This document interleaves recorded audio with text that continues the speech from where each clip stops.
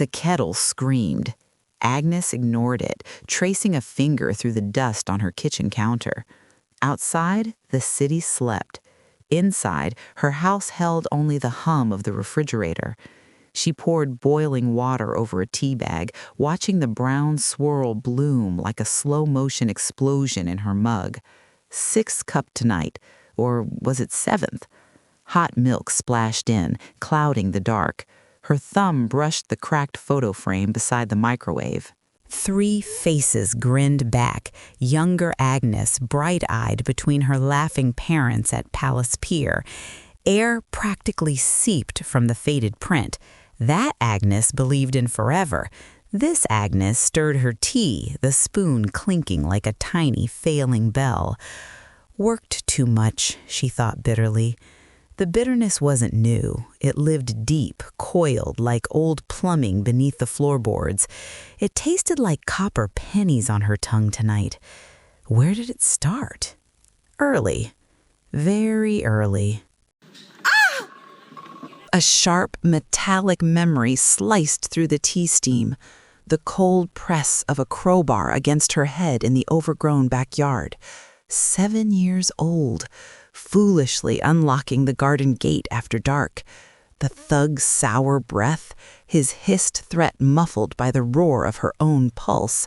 She'd screamed then, not a whimper, but a raw, tearing sound ripped from her gut, so loud it shattered the suburban quiet. Mrs. Dinn next door had flung her porch light on, yelling about calling the cops, her voice trembling but fierce. The attacker vanished like smoke into the hedge. 11 years old.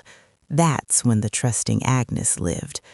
Back when her world smelled of Zamboni ice and piano lacquer, tasted of victory sweets after winning the class table tennis tournament. She'd loved fiercely, indiscriminately, friends, neighbors, stray cats. Everyone deserved her smile. Her parents? They'd been watchful hawks, scanning the skies for threats. After the crowbar incident, Agnes saw him again, twice, skulking past their house in broad daylight, his eyes flat and reptilian. Panic had choked her silent. She'd cugged her mother's sleeve, pointing with a trembling finger towards the street. Her mother's face had tightened, a mask of forced calm settling over her features. "Don't be silly, Aggie," she'd whispered, pulling Agnes sharply away from the window. "He probably just got confused, thought you were someone else." Agnes remembered the lie landing like a physical blow. Confused? He'd pressed cold steel into her head. He knew exactly who she was. "No!" The scream echoed only inside Agnes's 11-year-old skull, a silent detonation that shook her foundations. "No, Mom, he was after me, not Mary or Juanita." Her friends lived blocks away. He'd waited by her gate, watched her. Her mother's dismissal wasn't protection, it felt like betrayal. A door slammed shut on the truth. Agnes stopped tugging sleeves, stopped pointing. She folded the fear inward, a secret she polished until it gleamed cold and hard. Trust, once fractured, didn't heal cleanly.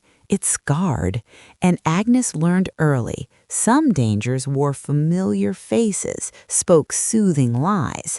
The world wasn't safe, not even her own home.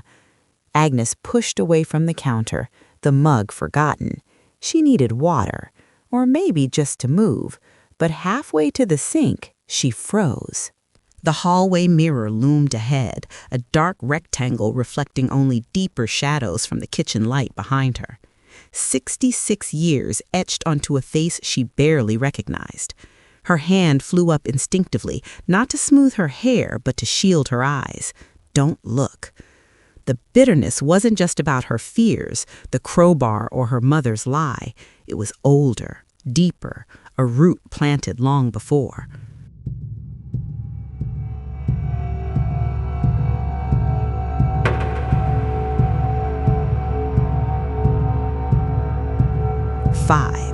Five years old, that cramped apartment above Mr. Taylor's bakery. The smell of burnt sugar and yeast clung to everything, even her hair. She'd been playing marbles in the dimly lit hallway, the cool linoleum smooth under her knees. A shadow fell over her colored glass spheres.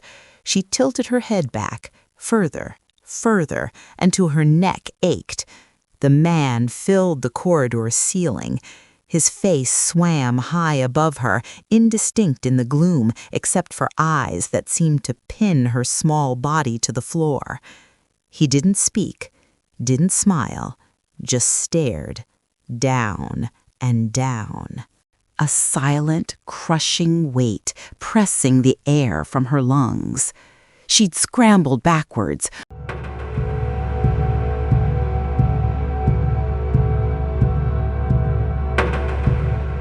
marbles scattering like frightened beetles, her tiny heart hammering against her ribs until she found the sanctuary of their apartment door.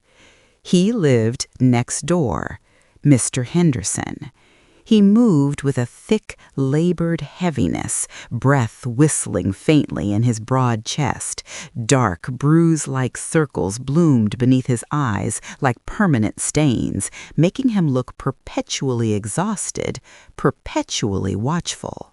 Agnes learned to freeze when she heard his shuffling step in the hall, pressing herself flat against the wallpaper, becoming part of the faded floral pattern.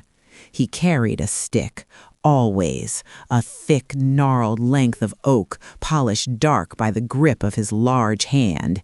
He leaned on it heavily, punctuating each slow step with a dull thud on the linoleum. Sometimes he'd pause, resting, the stick planted firmly before him like a sentinel staff, his wheezing breaths filling the narrow space. Agnes, frozen, would stare at the stick's heavy, knotted head gleaming dully in the hallway's weak light. It looked solid, immovable, as heavy, surely, as the crowbar that would press against her head years later. A different kind of dread, but the same cold paralysis. Blending with the wallpaper did no good. The fear was a cage, tightening with each passing day.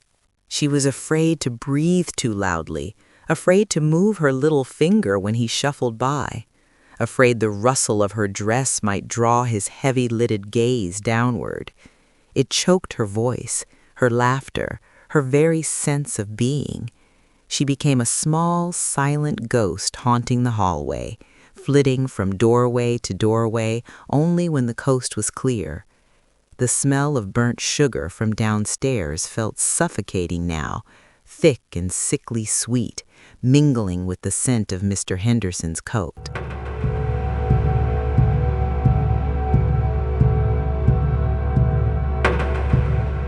One stifling afternoon, trapped between him resting against the wall near her door and the distant, muffled sound of her mother singing in the kitchen, the cage snapped. The pressure in her small chest built like steam in a kettle, unbearable. She couldn't hold it anymore. A scream tore from her lungs, raw and desperate, but terror strangled it, reducing it to a thin, pathetic squeak, the sound of a mouse caught in a trap. The squeak startled him. His head jerked towards her hiding spot, those bruised eyes focusing slowly. Agnes saw recognition dawn, and with it a flicker of something dark and unreadable. Panic exploded.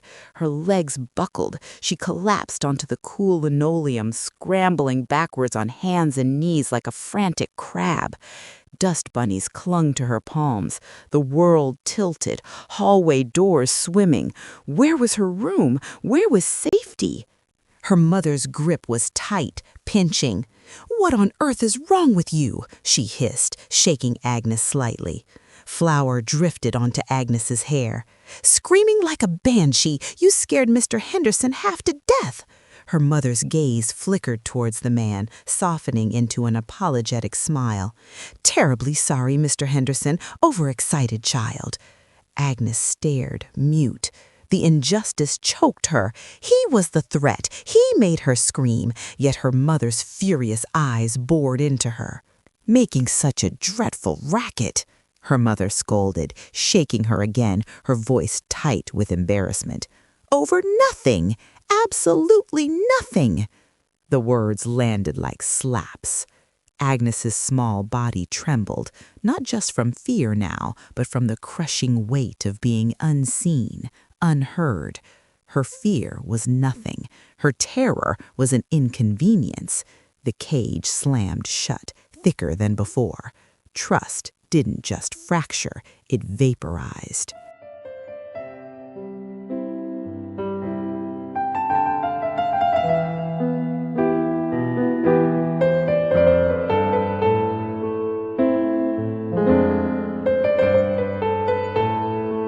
Too Strong for Gravity to Hold awaits you on Amazon in both Kindle and paperback editions.